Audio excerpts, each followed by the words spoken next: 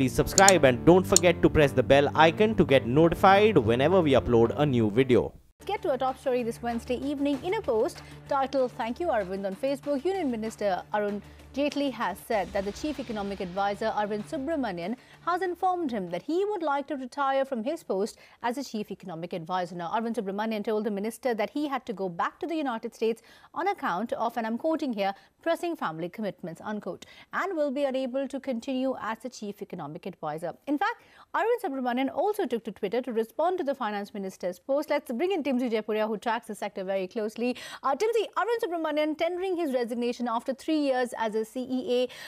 First question to you is, what have been the highlights for him and what lies ahead in terms of the unfinished task?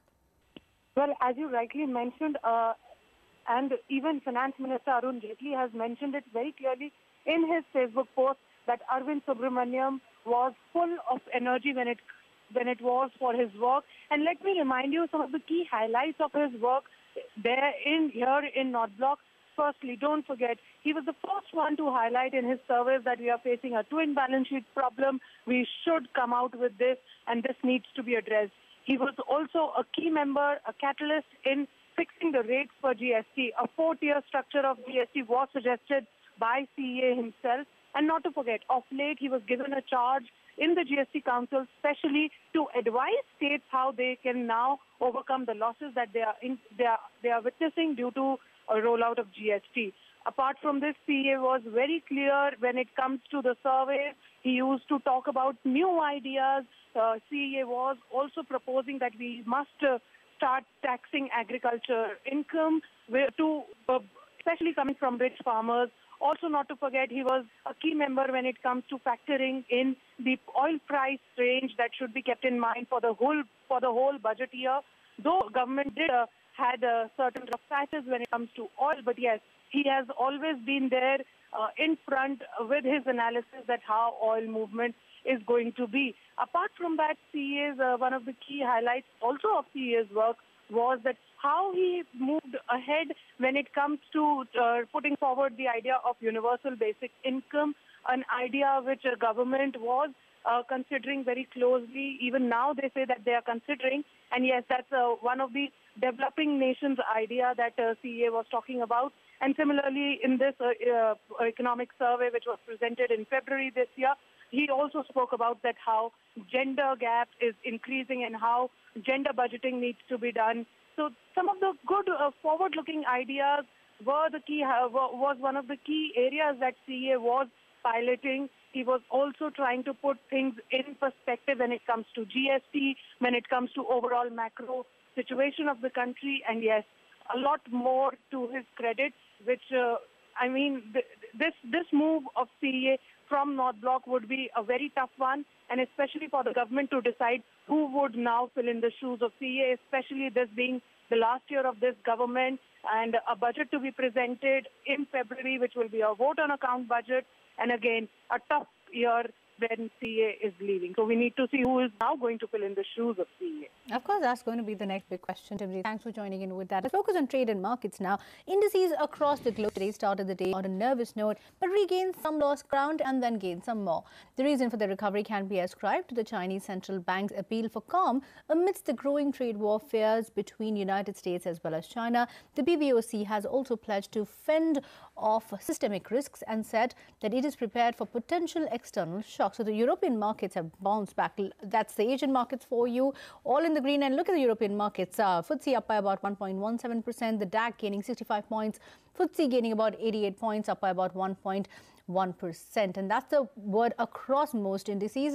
CNBC, in fact, spoke to economist Nouriel Roubini about what he thinks of the trade spat between the US and China and what that impact would be on equities across the board. According to him, a trade war and Donald Trump's generally agnostic antagonist stance with his trade partners will create risk to the American economy. It will make fragile economic conditions worse and slow down global growth. Listen in.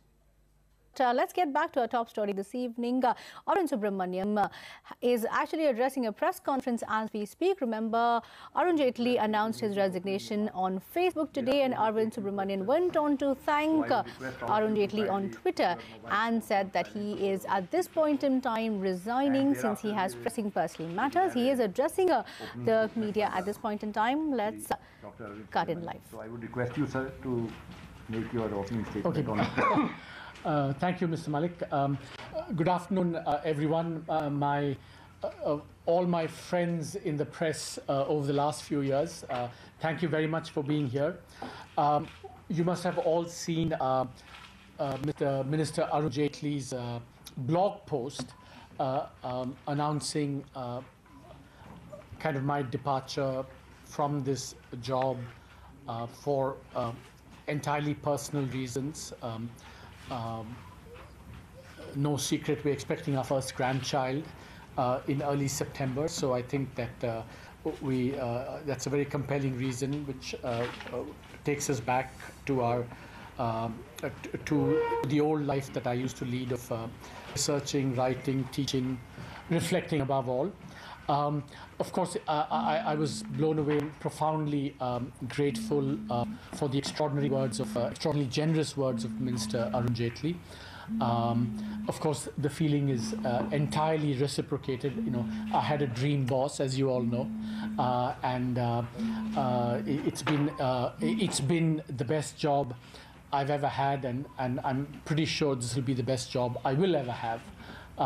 It's been a kind of 24/7 high, rewarding, fulfilling, enriching, exciting, you know, not without controversy once in a while, but then these are such kind of jobs. And in the statement I've tried to put together some concluding thoughts. I think my team and I, in the Ministry of Finance, in the Economic Division, in the Indian Economic Service, in the closer team CEA, it's been a fabulous 3.5, 4 years, almost 4 years by the time I leave, I think.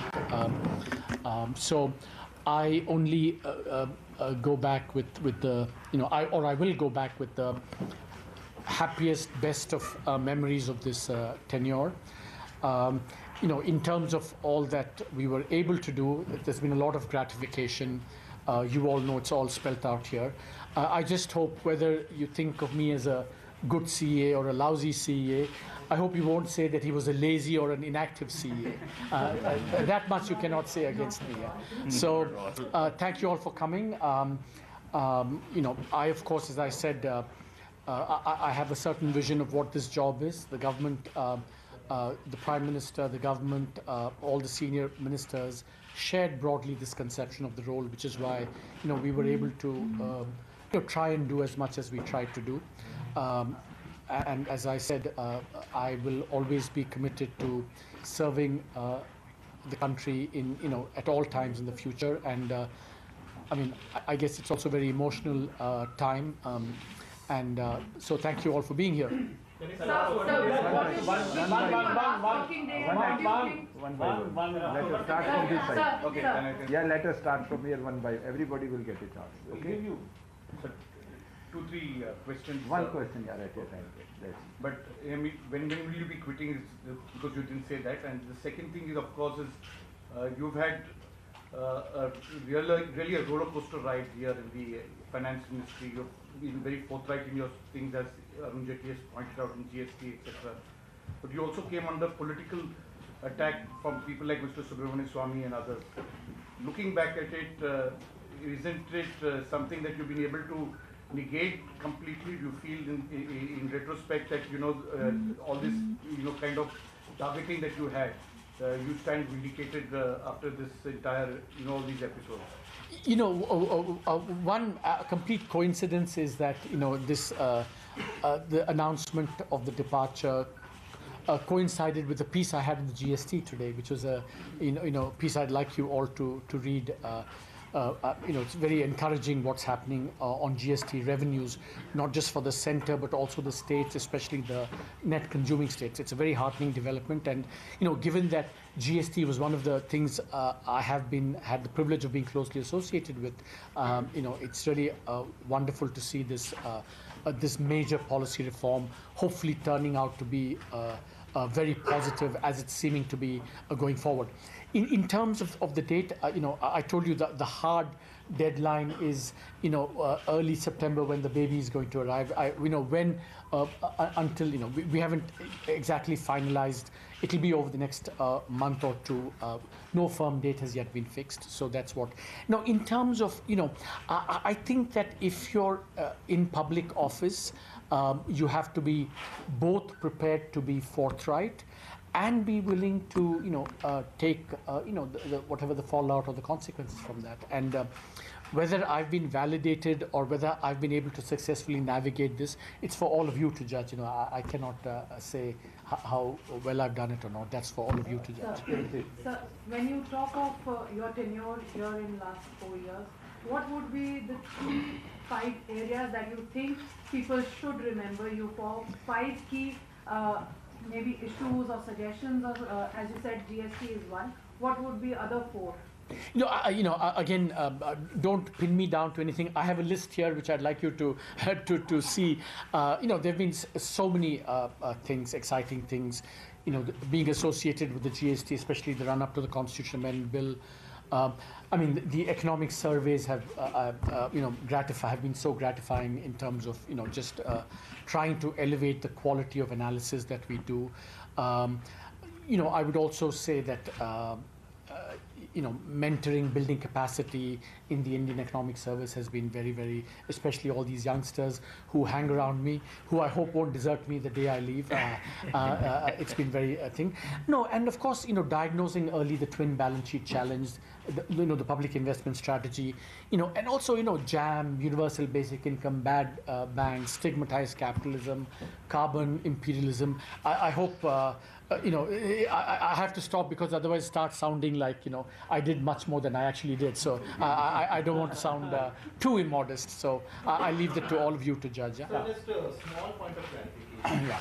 Had you not put in, had you not decided to leave now, would your term would have gone on till September or co-terminus with the government next May? See, I know my official contract was till May 2019. Yeah. May 2019. Yeah. Have you met the PM? After nothing. The first person I mentioned this to was the Honorable PM. After consulting with Mr. Arvind Subramanian.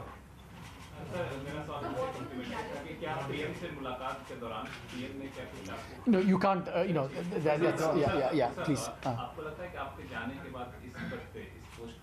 India within India, तो ऐसे शख्स जिनको लाना चाहिए फिर बाहर से लाने की जरूरत see, I am not. I have a very simple answer. बहुत ही सरल जवाब है इसका जवाब. I told you on the पहली दिन मैंने बताया था मैं मद्रासी हूँ. सवाल बहुत आसान है. I think that for every job you should get the best person possible. That should be the criterion. Who's the best person for the job? I'm not saying I was. Maybe you should learn from the mistakes that maybe they made in choosing me. But I think it should be just competence. I think that's what the government believes in. That's what it should follow. Provenance, origin should be completely, what loyalty, whatever should all be second order. It's about merit and competence above all, I think. Should be. Chief, sir, you have listed so many satisfactions. One thing which you think you wanted to do and you couldn't do? Yeah, see, I think there are, there are certainly when I reflect back on this, absolutely there are many areas where I think that, you wish more could have happened, which, and that's part of, economic policy as a political process. You see, in all these things that I may feel maybe didn't happen or couldn't happen, one has to be careful because, one shouldn't second guess, the constraints that policymakers are under. It's easy for an advisor to say, do this, but, what the political consequences are, one doesn't know, and one should leave this to the judgment of the people who have to face the heat finally. But one thing I think that I wish I could have done, my team and I could have done, is, for whatever reason, I think hopefully a good reason, there was a lot of demand for, creating something like the office of the CEA in a number of states. I mean, a number of chief ministers, I think, were keen to have something like this. And I wish I'd had more bandwidth and time and energy and effort to kind of do this in the States as well. I think it's something that I hope will happen going forward. That's something certainly that I wish could have done more. You could, yes. The first question, would you clarify what your last date in office would No, as I said, we haven't fixed the last date, yeah. And my second question is, what you came up with some of very out of the box ideas in the economic survey. So which would be the two ideas that you wanted the government to implement and you regret the government not implementing those ideas? See, I think that there's no such thing as, life and the country will go on for many, many years. And I've always said, I very strongly believe that, the job of economic technocrats is to advise, analyze, so on. And I think, one should not have too much vanity about, what's getting implemented or not. But I certainly think that there's also a kind of a time frame question, right? Take something like universal basic income, for example, right? I mean, the fact that it didn't happen in the last 1 year is not by any means, I've not given up on the idea, for example. And if I would go further and say that, in fact, something like what Telangana is doing is kind of like a universal basic income. So the more important thing is that it's become part of the policy debate, policy discussion. There's many other ideas, bad bank, whatever, all these ideas, carbon imperialism, whatever. And as long as they remain part of the policy discussion over the next few years, some of them will be implemented, some of them may never, some of them may be implemented with some delay. But that's something that one should, so as long as, I feel I've done my bit in, with my team to do all the underlying work, the analytical work, provide the advice, provide the new ideas, provide presentation, articulation. Then it's up to all of you and the politicians to run with it. So I'm just I mean, this is very much the Bhagavad Gita thing, right? You do your bit and see what happens. Don't be too obsessed with the outcome. So through your economic surveys, of course, we want to know the kind of ideas you would give to the government, and one of them, as you just mentioned, was the universal basic income. But apart from the debates during that time when it was presented in the eco survey, we did not really see government working on it. Do you believe that a lot of work needs to be done? It can be a game changer for the country. And second, what would you say to those politicians, especially the opposition, who today say there are no jobs, farmers are in a state of distress, the economy is in shambles?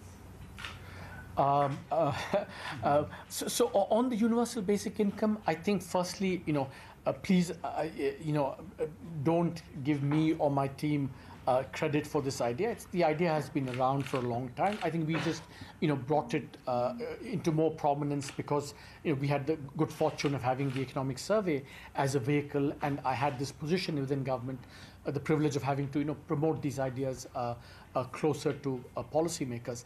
Now, I think this is not the time to get into, great shambles. These are all questions that, the last analysis of the economic survey of the economy was in the economic survey. I broadly stand by what we said there. I think that, of course, the world is changing. These are kind of more uncertain times, and all policies will have to navigate through good times and challenging times. Ashu, Sir, what will be your parting idea or suggestion to the government as far as oil prices are concerned? You know, I actually, you haven't seen the end of me, my friends. You know, we have, you know, my team and I have been working on, you know, several things already. So, I mean, you know, in the next month or two, I don't, you know, I'm incapable of saying, you know, putting up my feet and saying, you know, I have nothing to do. Incapable of doing that. But in fact, there are things that we are working on, which, you know, what needs to be done to address some of the pressing challenges. We also have some ideas on fiscal federalism, which we're working on. On the oil pricing in particular, I think Minister Jaitley had a terrific blog post the other day, and kind of I think how can we disagree with that? Very thoughtful, sensible view on macroeconomic stability, fiscal prudence, and all of that. I think it's no one can express it as eloquently as he did in the boss. Do we see? Does this mean that we'll see another mid-year economic survey before you leave? No, that you won't. That I can say that we're not going to have another. I don't want to inflict yet another survey on the country. Sir, now that post-September will leave the office, do you think that will give you the freedom to be more open and frank about some of the issues like demonetization? I mean, you know, I think that I've had a fair amount of freedom, even to speak my mind within government. I think that going, the next step, I haven't thought about, what I want to work on, what I want to write on. But certainly, I think that, reflecting upon my experience here, reflecting upon India, the challenges, I've also had in my mind, for many years, wanting to write a book on economic development around the world. So all these are things that, will be the focus of my research in the future. Sir, you are open to come back if the government wants to give another policy or advisory rules? I'm always, as I said at the end, I'm always committed to serving the country anytime. Yeah. Sir, no, but on demonetization, you didn't specify because you want to keep that for the No, that I mean, I've said enough on demonetization actually. Yeah. Family reasons अभी के सबसे current reason जिसकी वजह से आप जा रहे हैं सर, इसके बाद वहाँ पर क्या परस्यू करेंगे, जैसे आपने कुछ दिखाया एकेडमिक्स और क्या? Yeah, so see, in the next few days you will all get to know what exactly I'll be going to. I mean, I can't reveal that right now for obvious reasons of it has to be done. Whatever's happening has to be done through formal channels. But in a few days you'll get to know what I will be doing specifically in the next year at least. Yeah. Sir, do you think you ever had a chance to become the RBI governor? I think there's one rule in life is that you don't indulge in counterfactuals while you're in office, and you certainly don't indulge in counterfactuals about the past. So I think that let me leave it at that. Yeah. Please. Sir, one more thing. I just wanted to know from you about demonetization. We got to know from somewhere that you were not even present in Delhi on the day of demonetization. Is it true? And I mean, that's just a fact. You did not know about it. No, it's easier to answer the first question. I think I was very much in Delhi on the day of demonetization. Sir, I had a question, sir. Will the new Eco Survey 2019 be prepared by a new economic advisor, or will the existing team led by the principal economic advisor do their? No, I think I think soon the process will start to find my successor, and I think that let's wait how it turns out. Sir, so now that you are leaving, I want to know one popular perception which could be wrong that you might like to dispel today. Yeah. It could be about Prime Minister, it could be about Finance Minister, it could be about Indian economy, Finance Ministry. One popular perception that you might like to dispel today. That's a great question. I haven't thought about that. These are all. I don't think these are worth speculating about. I think this. Ask me questions on substance and on GST, on Bad Bank, on whatever. I'm happy to answer. But this is all kind of speculation. Because strongly believe that oil prices should come under GST. And how can it be done? See, I think those are decisions that the GST Council will have to take. I think that. But you give your views. Yeah, yeah. For sugarcane and other things, your revenue. On this, what is your view? No, my views is very clear. Many of the exempted sectors, even in today's piece, I've said, at some stage should come into the GST as well. I would like alcohol to come into the GST, for example, right? I mean, for cleaning up the system and for transparency reasons. I think the point is the broader the base of the GST, the more effective it is. But I think that we should also be mindful of the efficiency means all the base, but I think we should always keep the balance between efficiency and autonomy, fiscal autonomy of the centre and states also in mind. So I think it's a balancing act. So far, the GST Council has done a phenomenal job of that. So I think I'm very confident that will happen going forward as well. So you took over in 2014 and economic survey, you said India was in a sweet spot. How did you see the economic situation today vis-a-vis, when you took over? What kind of difference, what kind of changes did you See, I think, remember that we always, all the analysis is kind of based on your, outlook about what's going to happen. Remember that sweet spot that I spoke about was a combination of the political mandate and, and oil prices and so on, and I think that today the international environment is very different. I think a lot has happened. Always policy reforms means that, a lot remains on the reform agenda going forward, and policy is about doing, it is a ongoing hard process. That's what policy reform is all about, and I think as long as that policy reform continues, I think that the economy should be in good shape. I have a question. Yeah. You had mentioned the concept of bad bank in a number of your writings and surveys. Initially, the government did not take up that recommendation. They went instead with the whole NCLT IBC. So, do you think that that wasn't enough because now the government is finally recommending and see, I think that it's incumbent on all of us, especially people like me, to acknowledge maybe things that we didn't quite get right. See, I think on the bad bank, when we first proposed it, I think this was almost 2.5, 3 years ago we proposed it. I was very passionate about that.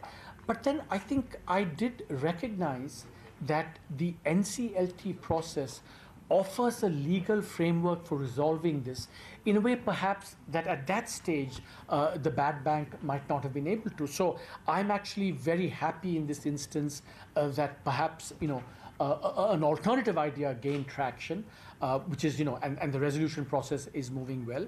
Now, one of the things I'm going to be writing on as well is how we should maybe think of ways to further supplement and accelerate the process, and in that context we could be thinking of other measures as well, and I'll be writing about that, advising government as well on that. Sir, one last question. The people who haven't asked before, Sir, आपका personal opinion क्या है कि क्या RBI को और ज़्यादा अधिकार? Okay, some important comments coming in across the board, from bad bank to areas that haven't been accomplished yet, to GST perhaps having a broader base. A lot of important points coming in there. And we will, of course, be taking this discussion forward on the unfinished task that Arvind Subramanian has left behind him now. But completely out of time on this edition of After the Bell. Many thanks for watching the show. Stay tuned. Markets Today Talk back. We'll take all the action forward on the other side of this short commercial break. Don't go anywhere.